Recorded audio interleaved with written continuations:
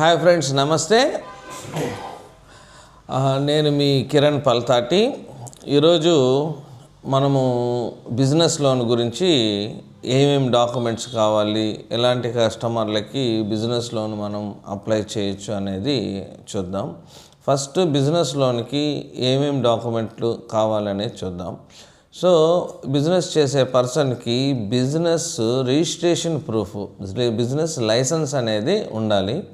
ఈ లైసెన్స్ వచ్చేసి vintage 3 years ఉండాలి. అంటే లైసెన్స్ మనం తీసుకొని బిజినెస్ స్టార్ట్ చేసి 3 సంవత్సరాలు అనేది ఆ లైసెన్స్, మీకు ఎక్స్పీరియన్స్ అనేది బిజినెస్ మీద 3 సంవత్సరాలు అయితే ఖచ్చితంగా ఉండాలి. ఆ 3 సంవత్సరాల్లో ఎక్స్పీరియన్స్ని నిర్ధారించేది ఒక గవర్నమెంట్ రిజిస్ట్రేషన్ బిజినెస్ లైసెన్స్. అంటే జిఎస్టీ కావచ్చు, లేబర్ లైసెన్స్ కావచ్చు, ఎంఎస్ఎంఈ ఉద్యమ సర్టిఫికేట్ కావచ్చు, ఇంకా ఏదైతే మీరు బిజినెస్ చేస్తుంటారో దానికి సంబంధించిన సర్టిఫికేట్స్ అనేవి ఉండాలన్నమాట. సో అలా ఉన్నప్పుడు మీరు ఖచ్చితంగా బిజినెస్ లోన్ అనేది మీరు అప్లై చేసుకోవచ్చు. సో ఫస్ట్ కావాల్సింది బిజినెస్ లైసెన్స్ ఉండాలి. తర్వాత ఆధార్ కార్డు, పాన్ కార్డు, ఈ కేవైసీ అనేది కామన్గా ఉంటుంది. దాని తర్వాత 1 year bank statement, 1 year bank statement ఉండాలి. అది current account, saving account. So 2 accounts ఉన్నా కానీ 2 తీసుకుంటారు. మూడోది వచ్చేసి మనకి ఐటీ రిటర్న్స్ అనేది ఉండాలి. 3 years ఐటీ రిటర్న్స్ అనేది ఉండాలన్నమాట.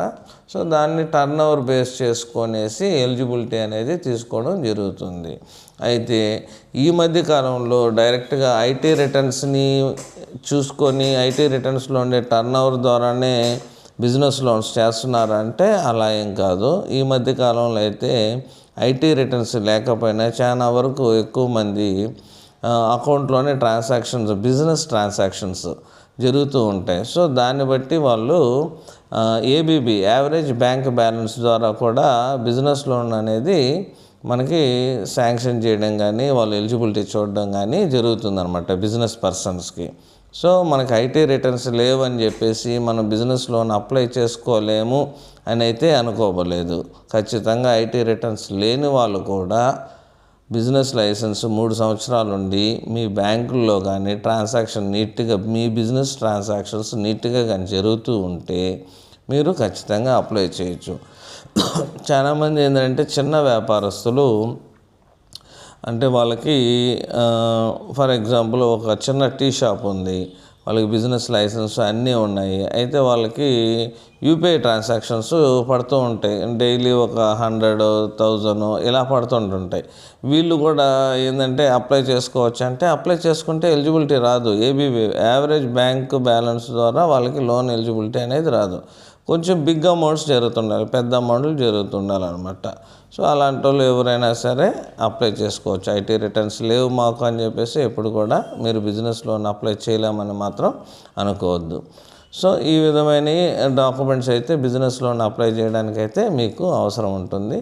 అలాగే అడ్రస్ ప్రూఫ్ అంటే మీరు ఆధార్ కార్డులో ఉండే అడ్రస్లోనే మీరు ఉంటున్నారనుకోండి, సో అదే అడ్రస్ ప్రూఫ్ కింద కన్సిడర్ చేయడం అనేది జరుగుతుంది.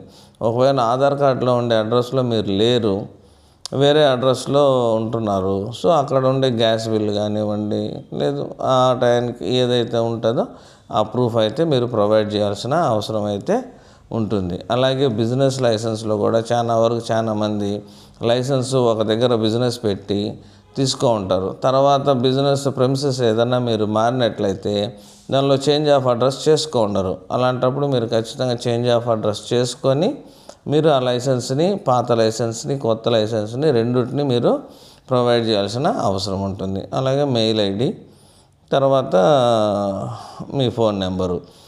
ఇంకో విషయం ఏంటంటే కరెంట్ అకౌంట్ ఉంటేనే బిజినెస్ లోన్ అప్లై చేయాలంటే అలా కూడా ఏం లేదు.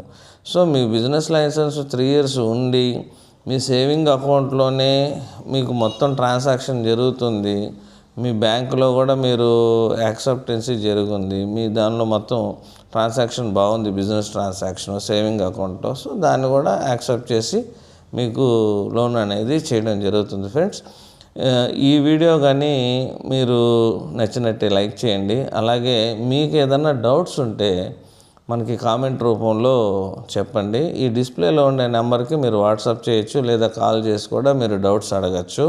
మీకు ఏదన్నా లేదు మీరు లోన్ అప్లై చేయాలనుకున్నా కానీ మాకు మీ డాక్యుమెంట్స్ సెండ్ చేసినట్లయితే మేము మీకు ఎక్కడ లోన్ వస్తుంది, బ్యాంక్లో వస్తుందా, ఎన్బిఎఫ్సిలో వస్తుందా, మీరు లోన్కి ఎలిజిబిలిటీ ఉన్నారా లేదా అనేది మేము చూసి మేము చెప్పడం అయితే జరుగుతుంది. సో అలాగే ఈ వీడియోని మీ ఫ్రెండ్స్ అండ్ ఫ్యామిలీ మెంబర్స్కి కూడా షేర్ చేయండి.